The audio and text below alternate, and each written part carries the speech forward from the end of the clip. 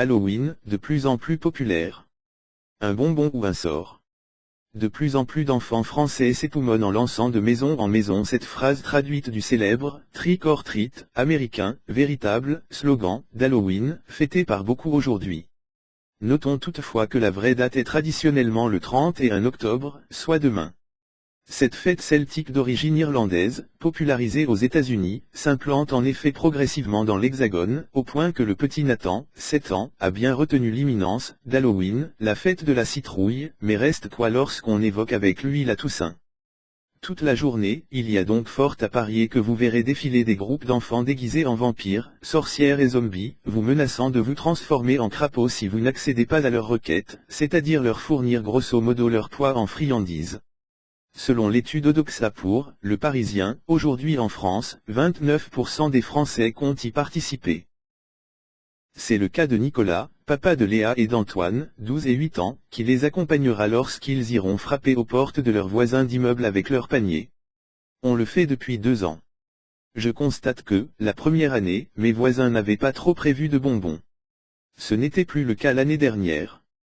Je trouve cette fête totalement marketing, sans aucun rapport avec la culture française, mais mes enfants sont abreuvés de culture américaine, avec les séries notamment et regardez les devantures des magasins. Il n'y a que des pubs pour ça, déplore cet architecte, qui a rendu les armes de guerre lasses.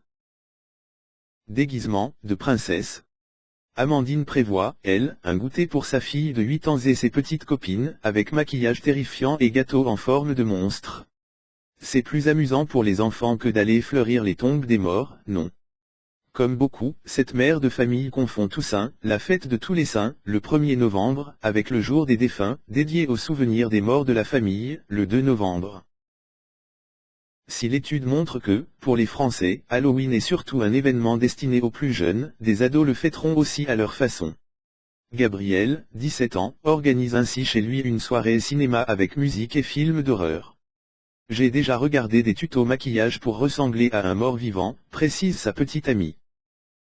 La mère de Kayla, 5 ans, y voit l'occasion de déguiser sa fille. Nous avons prévu de la laisser libre de se balader toute la journée, en princesse. Nous bien tenté de lui expliquer que, pour Halloween, il fallait choisir un déguisement qui fasse peur, en vain. La fête de la citrouille séduit 3 Français sur 10.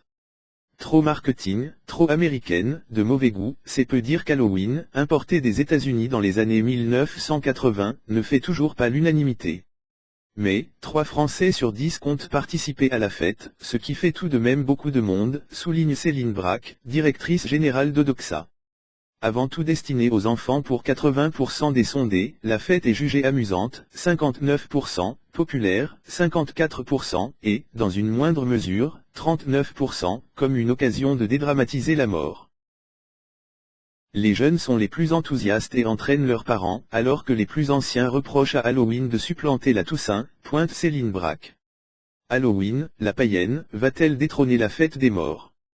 61% des moins de 35 ans estiment que les deux peuvent cohabiter, tandis que 61% des plus de 65 ans redoutent de voir les Français déserter les cimetières le 1 novembre.